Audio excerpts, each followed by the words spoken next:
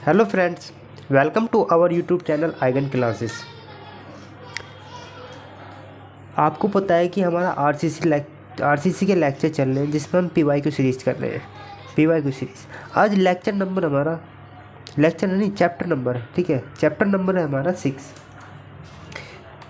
का हमारा second chapter है, जिसमें जो हम 6 का हमारा सेकंड लेक्चर है। आप चैप्टर नंबर 6 का जो चैप्टर हमारा है बीम लेंटर और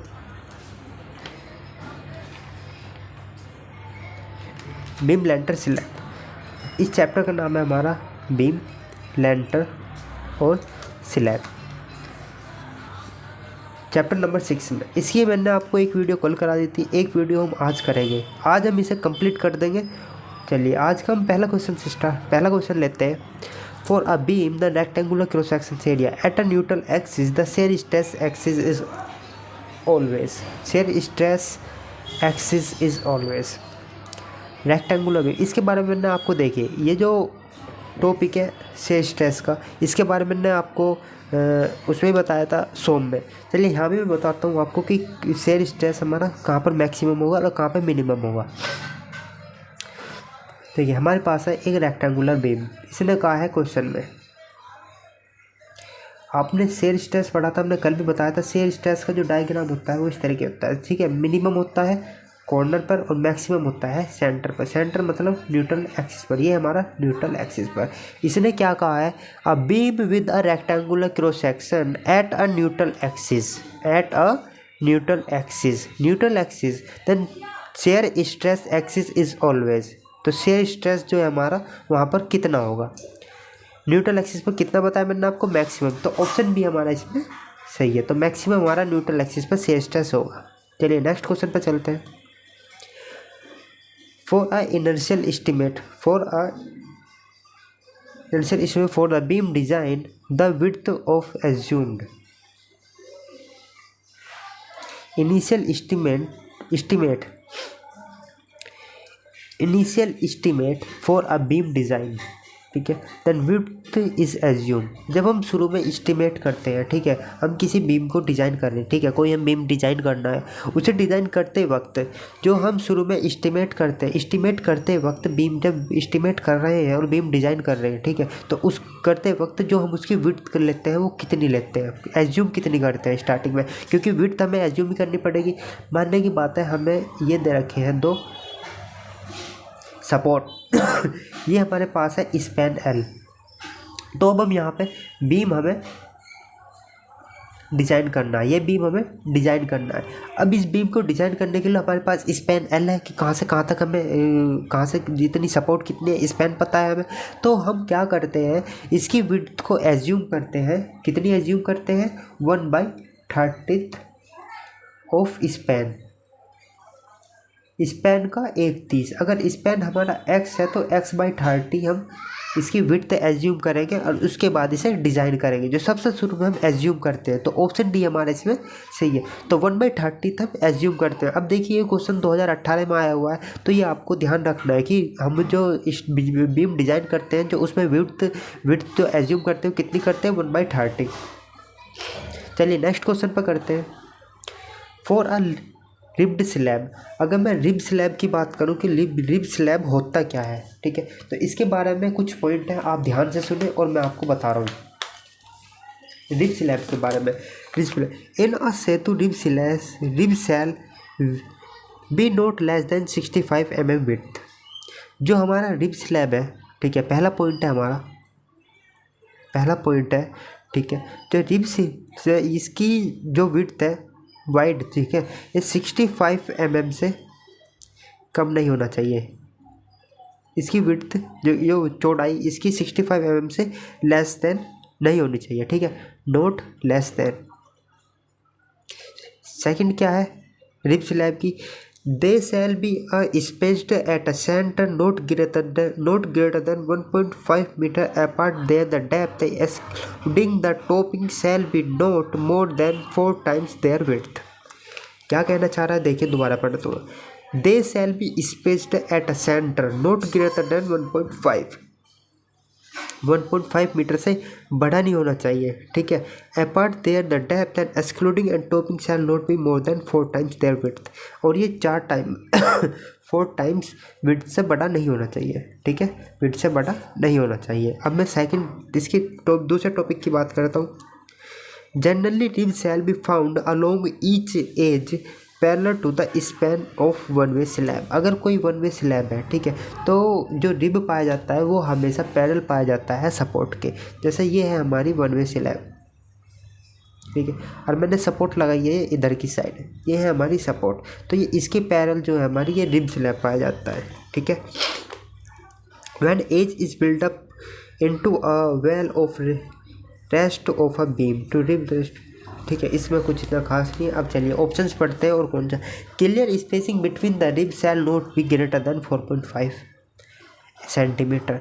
जो क्लियर स्पेसिंग है वो हमारी 4.5 सेंटीमीटर से ज़्यादा नहीं होनी चाहिए, तो ऑप्शन ए हमारा इसमें सही है। चलिए अब ऑप्शन बी पढ़ते हैं। Width of rib shell not be less than 7, जो विड्थ है इसकी जो 7.5 सेंटीमीटर से कम नहीं होनी चाहिए, ठीक है, तो बी ऑप्शन भी इसमें सही है, और तो ऑप्शन डी हमारा इसमें करेक्ट है। अब देखिए थर्ड ऑप्शन भी पढ़ते हैं। Overall depth of the slab shall not be exceed 4 time of the breadth of the rib, तो ये भी हमारा सही है। तो नेक्स्ट क्वेश्चन पर चलते हैं, तो ऑप्शन डी हमारा इसमें सही है। नेक्स्ट क्वेश्चन पर चलते हैं। The simply supported beam carrying a centre load will be safe in the deflections with ratio of the span to depth is.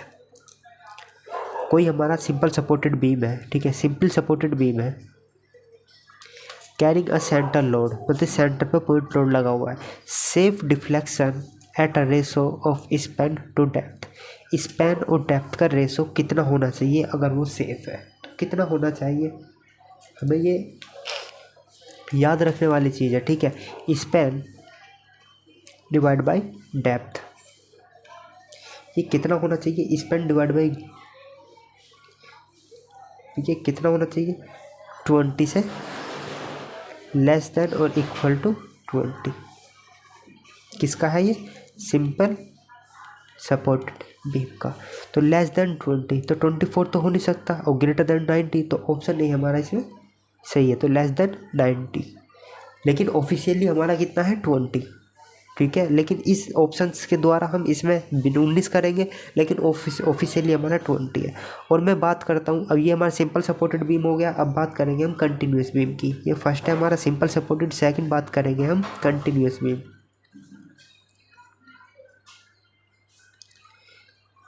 Continuous beam का जो स्पैन अपॉन डेप्थ का रेशो है वो डज नॉट लेस देन, ना तो 26 से, और इस 26 के बराबर और इससे कम नहीं होना चाहिए स्पैन अपॉन डेप्थ का रेशो, ठीक। और जी थर्ड है हमारा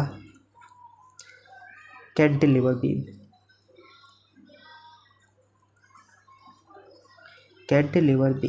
कैंटिलीवर बीम का जो है वो है 7 से कम और इसके इक्वल, ठीक है, 7 से कम नहीं होना चाहिए और इसके इक्वल, ठीक है, इक्वल और less than,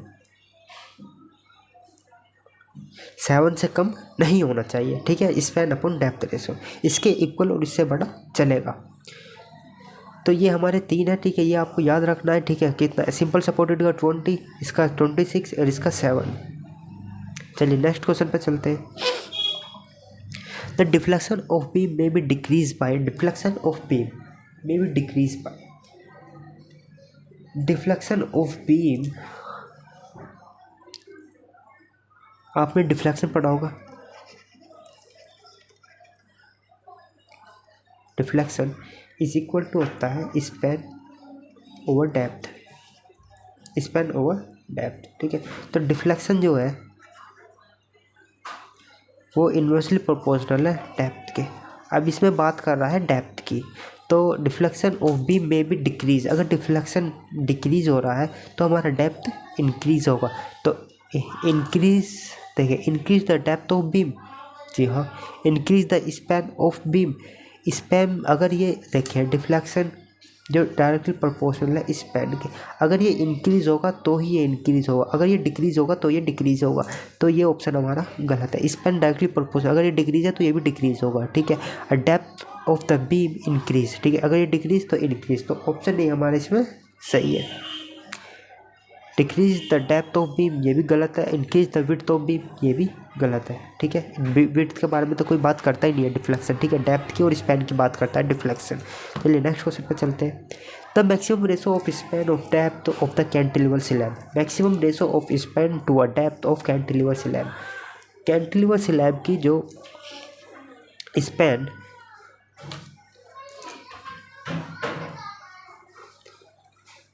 span over depth का रेशो, मैंने आपको बताया था कि कैंटिलीवर स्लैब का कितना होता है स्पैन ओवर डेप्थ का रेशो 7, ठीक है। 7 से maximum ratio of the span of depth cantilever slab, maximum वो मैंने बात करी थी आपको मिनिमम की, अब मैक्सिमम की बात करते हैं, ठीक है। मैक्सिमम कितना होगा,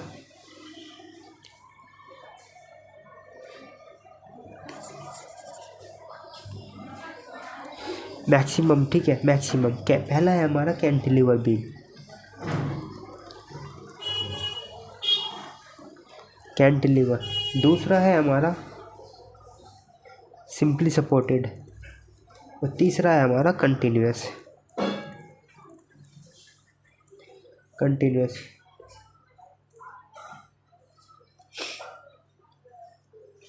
कंटिन्यूअस बीम इसमें मैक्सिमम कितना आता है 12, इसका मैक्सिमम कितना आता है 35 और इसका 40। स्पैन अपॉन डेप्थ का जो मैक्सिमम, जो हमने पहले बात करा था वो मिनिमम, ठीक है, इससे कम नहीं होना चाहिए था, जो हमने इससे लास्ट क्वेश्चन में बात करी थी। तो कैंटिलीवर बीम का कितना है 12, तो ऑप्शन सी हमारा इसमें सही है। चलिए नेक्स्ट क्वेश्चन पे चलते हैं। देखिए जो हमने लास्ट क्वेश्चन किया था ये वाला, इसमें पूछ रहा है span to depth, deflection span to depth, और इसमें भी क्या पूछ रहा है स्पैन टू डेप्थ। दोनों में ही स्पैन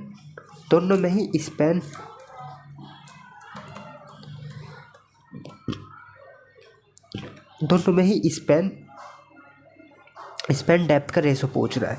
इसमें कंडीशन क्या है, सेंटर लोड की, ठीक है। एक सेंटर लोड की है और एक है सेफ इन डिफ्लेक्शन की, ठीक है। अगर मैं बात करता हूँ कि इसमें कंडीशन क्या है, इसमें एक तो सेंटर लोड की है और एक है सेफ इन डिफ्लेक्शन की, और मिनिमम की बात कर रहा है, तो इससे कम नहीं होना चाहिए, ठीक है।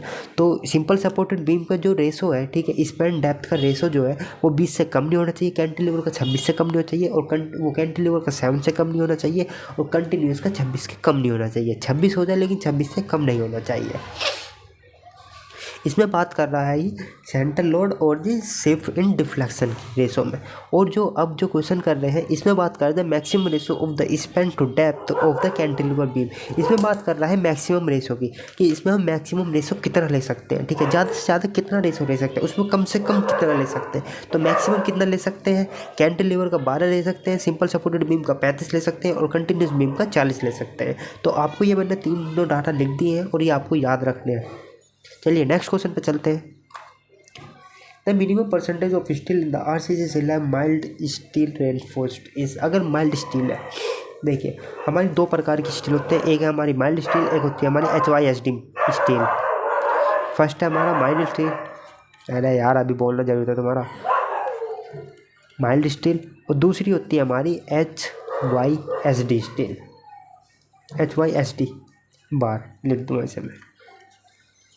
माइल्ड स्टील का कितना होना चाहिए, माइल्ड स्टील जो मिनिमम परसेंटेज की बात कर रहा हूँ मैं, ठीक है, क्वेश्चन के हिसाब से मैं बता रहा हूँ। मिनिमम परसेंटेज कितना होना चाहिए माइल्ड स्टील का, जो माइल्ड स्टील का मिनिमम परसेंटेज है वो है हमारा 0.15%, और जी HYSD का कितना होना चाहिए 0.12%। ये आपको याद रखना है दोनों, माइल्ड स्टील का 0.15% और HYSD बार का है 0.12%। तो इसमें किसकी बात करी है इन्होंने, slab of the mild steel bar, ठीक है, ये स्लैब की बात कर रहे हैं, स्लैब में, ठीक है। तो सी हमारा ऑप्शन इसमें करेक्ट है। चलिए नेक्स्ट क्वेश्चन पे चलते हैं। If the ratio of overall depth does not exceed 10, then stiffness of the beam will be ordinary to a satisfactory in case of. If the ratio of overall depth does not exceed the ratio of the overall depth does not exceed 10,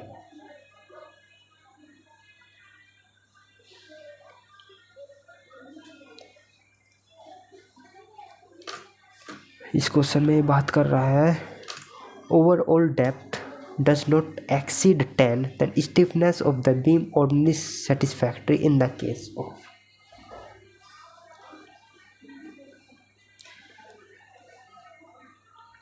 जो overall depth है, ठीक है, effective depth जो span की, इसमें ठीक है किसकी बात कर रहा है, स्पैन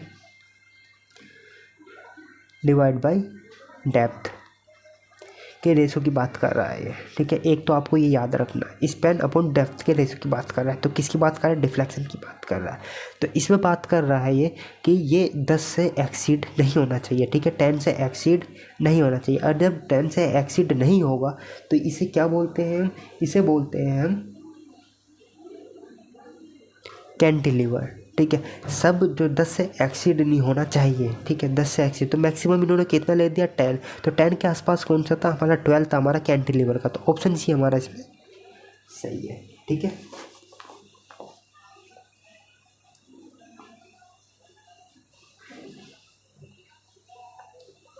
इनकी वैल्यू मैंने आपको लिखवाई थी, उन्हीं से ही इनका आंसर आया है, ठीक है। देखिए कैंटिलीवर बीम का कितना लिया था हमने, मिनिमम 7 लिया था, और कंटिन्यूअस का कितना लिया था, मिनिमम हमने 26 लिया था, और सिंपल सपोर्टेड बीम का हमने मिनिमम कितना लिया था, सिंपल सपोर्टेड बीम का कितना लिया था, 20।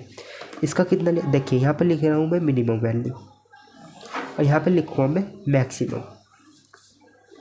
सिंपल सपोर्टेड बीम का कितना लिया था हमने, 20, कंटिन्यूअस का कितना लिया था, 26, इसका कितना लिया था, 7। अब मैक्सिमम कितना लिया था, मैक्सिमम की मैं बात करता हूँ, मैक्सिमम इसका कितना लिया था हमने, 12, ठीक है। और जी कंटिन्यूअस बीम का कितना लिया था हमने, 40, कंटिन्यूअस बीम का लिया था 40, और जी सिंपल सपोर्टेड बीम का लिया था हमने 35। अब इसमें बात कर रहे हैं 10 metre, does not exceed 10 metre, अगर 10 मीटर से एक्सीड ना हो तो हम किसकी बात करें, कैंटिलीवर, तो किसकी रेंज में है ये, कैंटिलीवर की रेंज में। तो ये ऑप्शन आपको सी ऑप्शन इसमें हमारा करेक्ट है। चलिए नेक्स्ट क्वेश्चन पे चलते हैं। The effective width of the column strip of the flat slab is taken as, देखिए कॉलम है, कॉलम में जो स्ट्रिप होते हैं, ठीक है, the effective width of the strip of the flat slab taken as, जो इफेक्टिव विड्थ होती है, इफेक्टिव विड्थ कॉलम की, इफेक्टिव विड्थ है जो कॉलम की strip of flat slab is taken as, तो हम उसकी स्ट्रिप कितनी लेंगे ये हमसे पूछ रहा है। तो अकॉर्डिंग टू IS 456 2000 IS 456 तो इन्होंने कहा है कि जो हम इफेक्टिव विड्थ लेंगे, इफेक्टिव विड्थ जो लेंगे वो लेंगे हम 0.25L, 0.25L।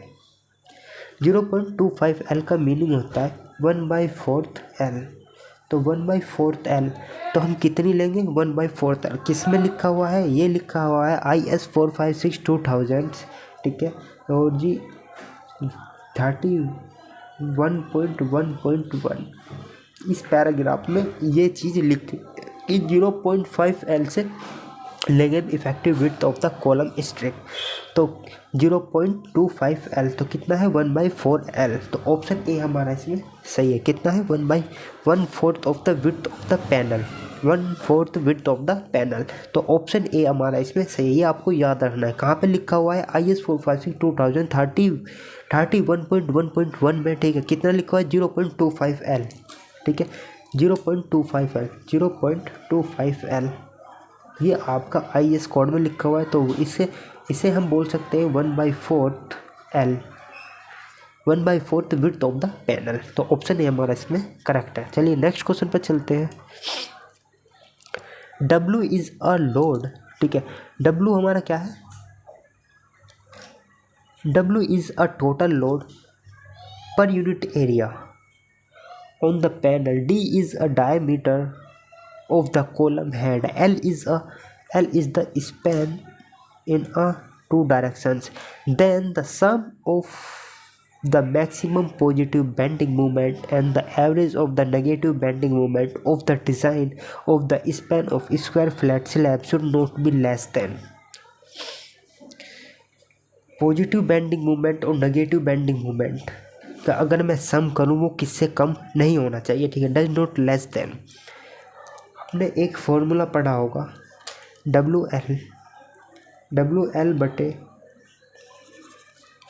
WL divide by 10 L minus के 2D/3 का स्क्वायर।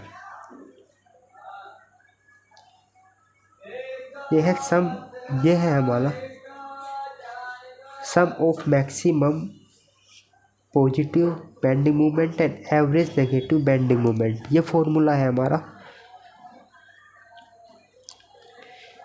है sum of maximum positive bending moment and the average negative bending moment. ये हमारा है फॉर्मूला इस चीज़ का, ठीक है। तो इस फॉर्मूले को देखते हुए ये कम नहीं होना चाहिए किससे, इस फॉर्मूले पे पुट वैल्यू कर ले और इससे कम हमारी इन दोनों का सम जो है, ठीक है, इससे कम नहीं आना चाहिए, ठीक है। ये फॉर्मूला, इस फॉर्मूले में वैल्यू पुट करेंगे तो इससे कम हमारा पॉजिटिव बेंडिंग मोमेंट और एवरेज नेगेटिव बेंडिंग मोमेंट का जो सम है, ठीक है, वो इससे कम नहीं आना चाहिए। तो ऑप्शन कौन सा है इसमें सही, WL/10 सम में, ठीक है, इसमें L माइनस 2D/3, तो ऑप्शन 3 हमारा इसमें सही है, ठीक है। ऑप्शन सी हमारा इसमें करेक्ट है, ऑप्शन सी हमारा इसमें करेक्ट है। चलिए नेक्स्ट क्वेश्चन पे चलते हैं। For a continuous slab supported at a and and carrying over the indeterminate beam,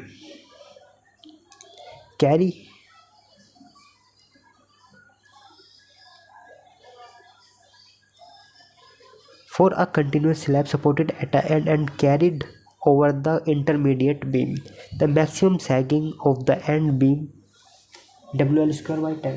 जी हाँ जी, मैक्सिमम सैगिंग बेंडिंग मोमेंट कितना होता है, WL/10, मैक्सिमम होगी माइनस के WL/10। तो ये दोनों ऑप्शन तो हमारे इसमें सही है, तो ऑप्शन डी हमारा इस हिसाब से सही है। जो मैंने आपको ट्रिक बताई है इस हिसाब से ऑप्शन डी हमारा करेक्ट हो गया। अब मैं ऑप्शन सी की बात करूँ तो maximum sagging bending moment of the interior span WL/12, ये ऑप्शन भी हमारा इसमें सही है। जो maximum sagging bending moment interior span का जो होता है वो WL/12 होता है, वो भी पॉजिटिव, तो ऑप्शन डी हमारा इसमें करेक्ट है। चलिए नेक्स्ट क्वेश्चन पर चलते हैं। The circular slab subjected to external load deflected on the a circular slab subjected to external load deflect to form। जो हमारी सर्कुलर स्लैब है सब्जेक्ट टू एक्सटर्नल, अगर मैं कोई इस पर एक्सटर्नल लोड लगाता हूँ तो वो किस फॉर्म में डिफ्लेक्ट होती है। देखिए सेमी हेमिस्फीयर तो होने के लिए ना वो इलेप्टिकल होगी, ठीक है, उसका जो शेप होती है वो होती है पैराबोलॉइड, तो ऑप्शन सी हमारा इसमें करेक्ट है। चलिए नेक्स्ट क्वेश्चन पर चलते हैं। चलिए आज की वीडियो को हम यही समाप्त करते हैं। आज की वीडियो अच्छी लंबी हो चुकी है, जिसमें हमने 20 मिनट से ऊपर की हो चुकी है, और इसमें हमने आपको लगभग 13 से 14 क्वेश्चन मैंने आपको कराए हैं, ठीक है। और मैं आपको बात करता हूँ हमारी आरसीसी के लगभग 5 लेक्चर और आएंगे, ठीक है, 5 लेक्चर और आएंगे जिसमें हम आपको आरसीसी कंप्लीट करा देंगे। और आरसीसी कंप्लीट होने के बाद मैं आपका सर्वे स्टार्ट करूँगा और सर्वे को भी जल्द ही ख़त्म करेंगे। और अगर आरसीसी की आपको प्ले लिस्ट की लिंक चाहिए तो आपको हमारे डिस्क्रिप्शन लिंक पे मिल जाएंगी। आरसीसी की और सब्जेक्ट जितने हो चुके हैं, जैसे हमारा बिल्डिंग मटेरियल हो गया है, सोम हो गया, एस्टीमेट हो गया है, और आपका सोइल हो चुका है, सोइल स्ट्रक्चर हो चुका है, या आपके बहुत से सब्जेक्ट होते हैं, लगभग 6-7 सब्जेक्ट हो चुके हैं, और आरसीसी की भी आपको डिस्क्रिप्शन में लिंक मिल जाएगी। अगर आपको किसी भी क्वेश्चन में या प्रॉब्लम है, या आप हमारे से किसी भी तरह से कॉन्टैक्ट करना चाहते हैं, तो आप हमारे टेलीग्राम चैनल पर ज्वाइन हो जाएँ और वहाँ पर आप अपना मैसेज ड्रॉप कर दें, ठीक है। और आपको अगर कोई भी प्रॉब्लम हो, ठीक है, आप या तो कमेंट सेक्शन में लिख सकते हैं, या आप हमारे टेलीग्राम पर ज्वाइन हो सकते हैं। टेलीग्राम ज्वाइन होने के लिए आपको लिंक मिल जाएगा हमारे डिस्क्रिप्शन में, ठीक है। चलिए, और चैनल को प्लीज़ सब्सक्राइब करें। Thanks for watching.